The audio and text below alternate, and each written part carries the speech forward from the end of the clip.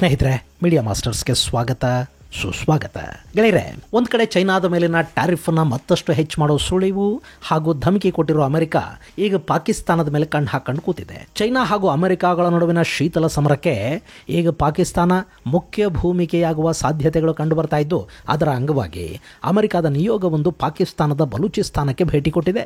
2 ದಿನಗಳ ಈ ಭೇಟಿಯಲ್ಲಿ ಪಾಕಿಸ್ತಾನದ ಬಲೂಚಿಸ್ತಾನದಲ್ಲಿರುವ ಖನಿಜ ಸಂಪನ್ಮೂಲಗಳನ್ನು ಅಮೆರಿಕ ಹೇಗೆ ಬಳಕೆ ಮಾಡ್ಕೋಬಹುದು ಮತ್ತು ಅವುಗಳ ಮೇಲೆ ಹೇಗೆ ಹಿಡಿತ ಸಾಧಿಸಬಹುದು ಅನ್ನೋ ಬಗ್ಗೆ ಪಾಕಿಸ್ತಾನಿ ಅಧಿಕಾರಿಗಳ ಜೊತೆ ಚರ್ಚೆಯನ್ನ ಮಾಡ್ತಾ ಇದ್ದಾರೆ. ಅಮೆರಿಕ ಬಲೂಚಿಸ್ತಾನಕ್ಕೆ ಬರ್ತಾ ಇರೋದು ಚೈನಾದ ಪಾಲಿಗೆ ದೊಡ್ಡ ನೋವನ್ನು ಉಂಟು ಮಾಡೋದಷ್ಟೇ ಅಲ್ಲ, ಪಾಕಿಸ್ತಾನದಲ್ಲಿ ಚೈನಾದ ಸುಮಾರು $60 ಬಿಲಿಯನ್ ಹೂಡಿಕೆಯ ಸಿಪೆಕ್ ಮೇಲೆ ಇದು ಕರಿನೆರಳನ್ನ ಬೀರುವ ಸಾಧ್ಯತೆ ಹೆಚ್ಚಾಗಿರುತ್ತೆ. ಮತ್ತು ಈಗಾಗಲೇ ಪಾಕಿಸ್ತಾನಕ್ಕೆ ಸಾಕಷ್ಟು ಸಾಲ ಕೊಟ್ಟಿರೋ ಚೈನಾ ಈಗ ತನ್ನ ಹಿತಾಸಕ್ತಿಗಳನ್ನು ಕಡೆಗಣಿಸಿ ಅಮೆರಿಕಾನ ಪಾಕಿಸ್ತಾನ ತನ್ನ ನೆಲದೊಳಕ್ಕೆ ಬಿಟ್ಟುಕೊಂಡ್ರೆ ಸುಮ್ಮನೆ ಕೂತ್ಕೊಳ್ಳುತ್ತಾ? ಮುಂದಿನ ದಿನಗಳಲ್ಲಿ ಪಾಕಿಸ್ತಾನದ ನೆಲ ಅಮೆರಿಕ ಹಾಗೂ ಚೈನಾಗಳ ನಡುವಿನ ಸಂಘರ್ಷಕ್ಕೆ ವೇದಿಕೆಯನ್ನು ಒದಗಿಸಿಕೊಟ್ರೆ ಪಾಕಿಸ್ತಾನದ ಪರಿಸ್ಥಿತಿ ಏನಾಗುತ್ತೆ? ಇಷ್ಟಕ್ಕೂ ಅಮೆರಿಕ ಕೇವಲ ರೇರ್ ಅರ್ತ್ ಮೆಟೀರಿಯಲ್ಗಾಗಿ ಮಾತ್ರ ಬಲೂಚಿಸ್ತಾನಕ್ಕೆ ಕಾಲಿಡ್ತಾ ಇದೆಯಾ ಅಥವಾ ಅಲ್ಲಿ ಬೇರೆ ಇನ್ನೇನಾದರೂ ಉದ್ದೇಶಗಳಿವೆಯಾ?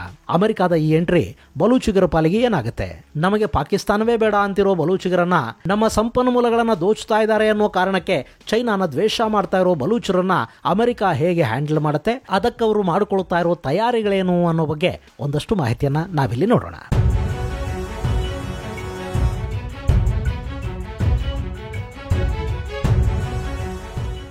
ಗೆಳೆಯರೆ, ಬಲೂಚಿಸ್ತಾನ ಅನ್ನೋದು ಇವತ್ತು ಪಾಕಿಸ್ತಾನದ ಪಾಲಿಗೆ ದೊಡ್ಡ ತಲೆನೋವಾಗಿ ಕಾಡ್ತಾ ಇರುವ ಅಲ್ಲಿನ ಅತಿ ದೊಡ್ಡ ಅತಿ ವಿಶಾಲ ಭೂಪ್ರದೇಶ. ಪಾಕಿಸ್ತಾನಕ್ಕೆ ಟಿಟಿಪಿ ಮತ್ತು ಖೈಬರ್ ಪಖ್ತೂನ್ಖ್ವಾ ಅನ್ನೋದು ತಲೆನೋವಾಗಬೇಕಿತ್ತು.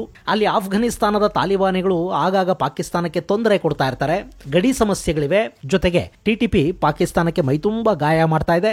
ಇದೆಲ್ಲ ಪಾಕಿಗೆ ಸಮಸ್ಯೆಯನ್ನ ಸೃಷ್ಟಿ ಮಾಡ್ತಾ ಇದೆ ನಿಜ, ಆದರೆ ಅದಕ್ಕಿಂತ ಹೆಚ್ಚಿನ ಸಮಸ್ಯೆಯನ್ನು ಉಂಟು ಮಾಡ್ತಾ ಇರೋದು ಬಲೂಚಿಸ್ತಾನ.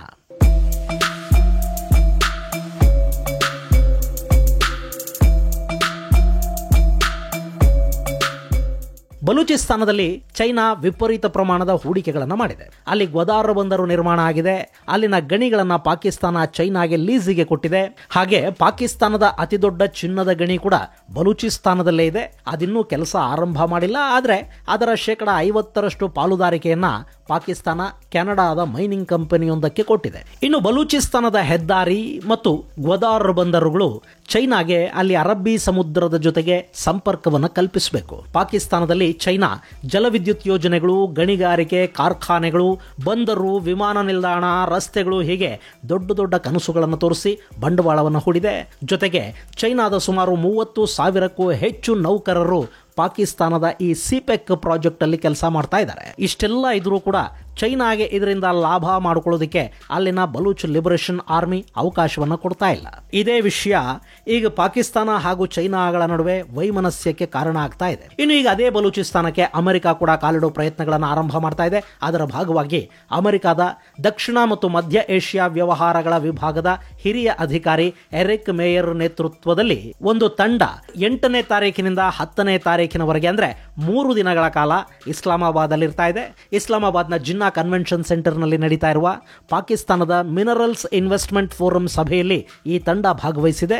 ಖನಿಜ ಸಂಪನ್ಮೂಲಗಳ ಮೇಲೆ ಹೂಡಿಕೆ ಮಾಡೋ ಬಗ್ಗೆ ಅಲ್ಲಿ ಚರ್ಚೆಗಳನ್ನು ಆರಂಭ ಮಾಡಿದೆ. ಗೆಳೆಯರೆ, ಅಮೆರಿಕದ ಶಕ್ತಿಯನ್ನ ಮತ್ತಷ್ಟು ಹೆಚ್ಚು ಮಾಡಬೇಕು ಅಂದ್ರೆ ಮಿನರಲ್ಸ್ ಹಾಗೂ ರೇರ್ ಅರ್ತ್ ಮೆಟೀರಿಯಲ್ ಮೇಲಿನ ಚೈನಾದ ಆಧಿಪತ್ಯವನ್ನು ಕಡಿಮೆ ಮಾಡಿ ಅಮೆರಿಕದ ಡಿಪೆಂಡೆನ್ಸಿಯನ್ನು ಕೂಡ ಕಡಿಮೆ ಮಾಡಿಕೊಂಡು ತಾನು ಕೂಡ ಮಿನರಲ್ಸ್ ಮೇಲೆ ಆಧಿಪತ್ಯವನ್ನು ಸಾಧಿಸಬೇಕು ಅಂತ ಅಮೆರಿಕ ಬಯಸ್ತಾ ಇದೆ. ಇದೇ ಕಾರಣಕ್ಕೇನೆ ರಷ್ಯಾ ಯುಕ್ರೇನ್ ಯುದ್ಧದ ಡೀಲ್ ಅಲ್ಲಿ ಕೂಡ ಟ್ರಂಪ್ ಯುಕ್ರೇನ್ ಅನ್ನ ಕೇಳಿದ್ದು ಅಲ್ಲಿನ ರೇರ್ ಅರ್ತ್ ಮೆಟೀರಿಯಲ್ ಮೇಲೆ ಅಮೆರಿಕಾಗೆ ಅಧಿಕಾರವನ್ನು ಕೊಡಿ ಅಂತ. ಇವತ್ತು ಗಣಿಗಾರಿಕೆಯ ವಿಷಯದಲ್ಲಿ ಜಗತ್ತಿನ ನಾನಾ ದೇಶಗಳ ಮೇಲೆ ಚೈನಾ ಹಿಡಿತವನ್ನು ಸಾಧಿಸಿದೆ.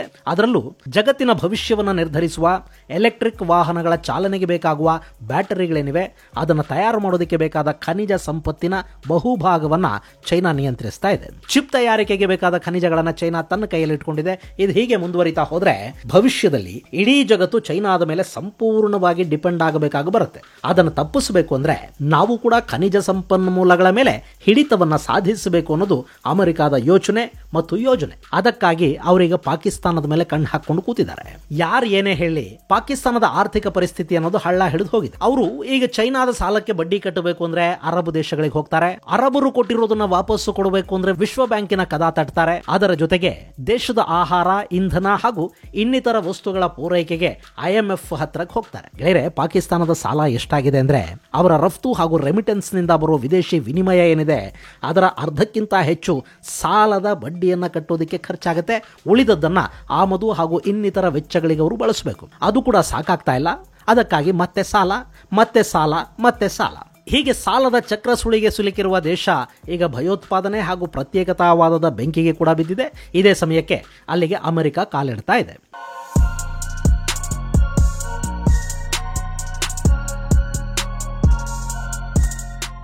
ಅಲ್ಲಿಗೆ ಅಂತಲ್ಲ, ಅಮೆರಿಕ ಎಲ್ಲಿಗೆ ಕಾಲಿಟ್ಟರೂ ಕರೆಕ್ಟ್ ಆದ ಸಮಯಕ್ಕೆ ಕಾಲಿಡುತ್ತೆ.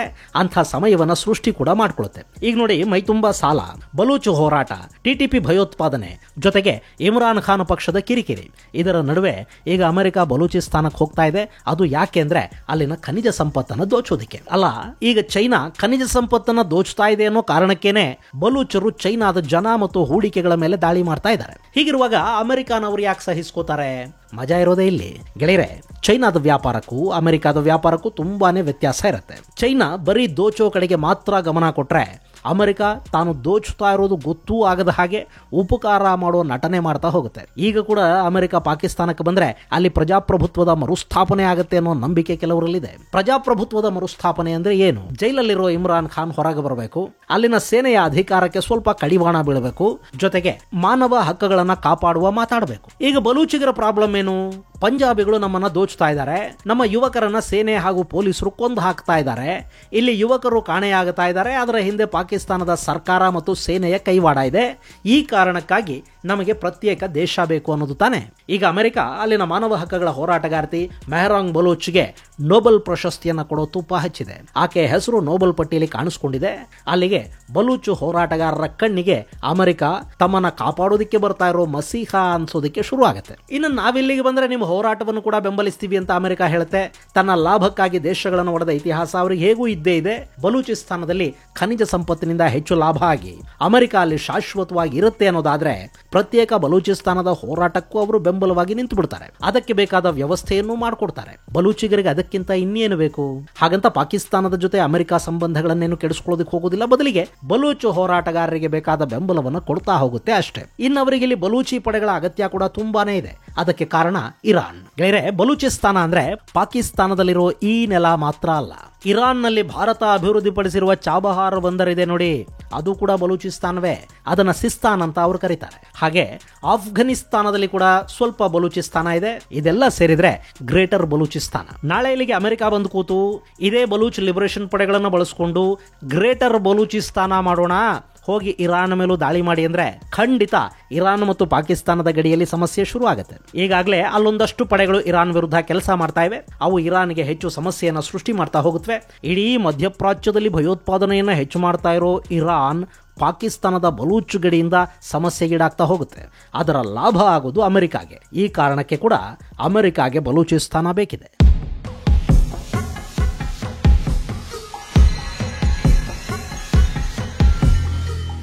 ಇನ್ನು ಇದಕ್ಕಾಗಿ ಅಮೆರಿಕ ಈಗಾಗಲೇ ಭಾರಿ ತಯಾರಿಯನ್ನು ಮಾಡಿಕೊಳ್ಳೋದಕ್ಕೆ ಸಿದ್ಧ ಆಗಿದೆ. ಆಫ್ಘನಿಸ್ತಾನದಿಂದ ಅಮೆರಿಕ 2021ರಲ್ಲಿ ಎದ್ದು ಹೋಗಿತ್ತು ಅಲ್ವಾ? ಈಗ ಅಲ್ಲಿಗೆ ಅಮೆರಿಕ ಮತ್ತೆ ಬಂದು ಕೂತ್ಕೋತಾ ಇದೆ. ಈ ಬಾರಿ ಬಲ ಪ್ರಯೋಗದಿಂದ ಅಲ್ಲ, ಬದಲಿಗೆ ಹಣ ಪ್ರಯೋಗದಿಂದ. ಆಫ್ಘನಿಸ್ತಾನದ ಬ್ಯಾಗ್ರಾಮ್ ಏರ್ಫೀಲ್ಡ್ ಈಗ ಮತ್ತೆ ಅಮೆರಿಕದ ಕೈ ಸೇರ್ತಾ ಇದೆ. ಗೆಳೆಯರೆ, ಈ ಬ್ಯಾಗ್ರಾಮ್ ಏರ್ಫೀಲ್ಡ್ ಅಭಿವೃದ್ಧಿಗೊಳಿಸಿದ್ದು ಅಮೆರಿಕ. ಈ ಹಿಂದೆ ಒಸಾಮಾ ಬಿನ್ ಲ್ಯಾಡನ್ ಅನ್ನ ಅಮೆರಿಕದ ಪಡೆಗಳು ಪಾಕಿಸ್ತಾನದಲ್ಲಿ ಹೊಡೆದು ಹಾಕಿದ್ವಲ್ಲ, ಆಗ ಆ ವಿಶೇಷ ಕಾರ್ಯಪಡೆ ಹಾರಿದ್ದು ಇದೇ ಬ್ಯಾಗ್ರಾಮ್ ಏರ್ಪೋರ್ಟ್ನಿಂದ. ಈಗ ಅದನ್ನ ಮತ್ತೆ ಆಫ್ಘನಿಸ್ತಾನದ ತಾಲಿಬಾನಿಗಳು ಅಮೆರಿಕಾಗೆ ಬಿಟ್ಟುಕೊಡ್ತಾ ಇದ್ದಾರೆ. ಇಲ್ಲಿ ಏರ್ ಫೋರ್ಸ್ ಅನ್ನ ಇಟ್ಕೊಳ್ಳೋ ಮೂಲಕ ಅಮೆರಿಕ ಇರಾನ್ ಹಾಗೂ ಪಾಕಿಸ್ತಾನ ಎರಡನ್ನೂ ಕಂಟ್ರೋಲ್ ಮಾಡೋದಕ್ಕೆ ಸಾಧ್ಯ ಆಗತ್ತೆ. ಇನ್ನು ಹೀಗೆ ಮಾಡೋದ್ರಿಂದ ಅಮೆರಿಕ ಇರಾನ್ ಹಾಗೂ ಚೈನಾ ಎರಡೂ ಹಕ್ಕಿಗಳನ್ನು ಹೊಡೆಯೋದಕ್ಕೆ ಹೋಗ್ತಾ ಇದೆ. ಆಫ್ಘನಿಸ್ತಾನದಲ್ಲಿ ಮತ್ತೆ ಅಮೆರಿಕ ಬರೋದ್ರಿಂದ ಆಫ್ಘನ್ನ ತಾಲಿಬಾನ್ ಸರ್ಕಾರಕ್ಕೆ ಜಗತ್ತಿನ ಒಂದಷ್ಟು ದೇಶಗಳು ಮಾನ್ಯತೆಯನ್ನು ಕೊಡಬಹುದು. ಅವರಿಗೆ ಸದ್ಯಕ್ಕೆ ಹಣ ಬೇಕು, ಅದು ಅಮೆರಿಕಾದಿಂದ ಸಿಗ್ತಾ ಹೋಗುತ್ತೆ. ತಾಲಿಬಾನಿಗಳ ನಿಷ್ಠೆಯನ್ನ ಅಮೆರಿಕ ಖರೀದಿ ಮಾಡಿದ್ರೆ ಅಲ್ಲಿ ಚೈನಾಗೆ ಸಮಸ್ಯೆಗಳು ಶುರು ಆಗತ್ವೆ. ಇನ್ನು ಪಾಕಿಸ್ತಾನದ ಬಲೂಚಿಸ್ತಾನದಲ್ಲಿ ಅಮೆರಿಕ ಬರೋದ್ರಿಂದ ಸಮಸ್ಯೆಗೀಡಾಗೋದು ಚೈನಾನೇ. ಅಲ್ಲಿ ಚೈನಾದ ಹೂಡಿಕೆಗಳು ವ್ಯರ್ಥ ಆಗತ್ವೆ. ಇನ್ನು ಇಲ್ಲಿ ಅಮೆರಿಕ ದೊಡ್ಡದೊಂದು ಗೇಮ್ ಆಡೋದಕ್ಕೆ ಕೂಡ ಹೋಗ್ತಾ ಇದೆ. ಇಮ್ರಾನ್ ಖಾನ್ ಅವರನ್ನ ಹೊರತಂದು ಶಹಬಾಜ್ ಸರ್ಕಾರವನ್ನು ಕೆಡವಿ ಖಾನ್ ಸರ್ಕಾರ ರಚನೆ ಆಗೋ ಹಾಗೆ ನೋಡ್ಕೊಳ್ಳೋದು. ಹಾಗೆ ಮಾಡಿದ ನಂತರ ಸೇನೆಯ ನಾಯಕತ್ವವನ್ನು ಬದಲಿಸಿ ಅಲ್ಲಿನ ಆಡಳಿತದ ಮೇಲೆ ಸೇನೆಯ ಹಿಡಿತವನ್ನು ಹೆಚ್ಚು ಮಾಡೋದು. ಆ ಮೂಲಕ ಪಾಕಿಸ್ತಾನದಲ್ಲಿ ಪ್ರಜಾಪ್ರಭುತ್ವ ಸ್ಥಾಪನೆ ಆಗೋ ಹಾಗೆ ನೋಡಿಕೊಳ್ಳೋದು ಮತ್ತು ಭಾರತ ಹಾಗೂ ಪಾಕಿಸ್ತಾನಗಳ ನಡುವೆ ಒಂದು ಸಂಧಾನವನ್ನು ಮಾಡಿಸೋದು. ಭಾರತದ ತಂಟೆಗೆ ಯಾವುದೇ ಕಾರಣಕ್ಕೂ ಪಾಕಿಸ್ತಾನ ಹೋಗದ ಹಾಗೆ, ಭಾರತದ ಗಡಿಗಳ ಮೂಲಕ ಭಯೋತ್ಪಾದನೆಗೆ ಅವಕಾಶವನ್ನು ಕೊಡದ ಹಾಗೆ ವ್ಯವಸ್ಥೆಗಳನ್ನು ಮಾಡಿ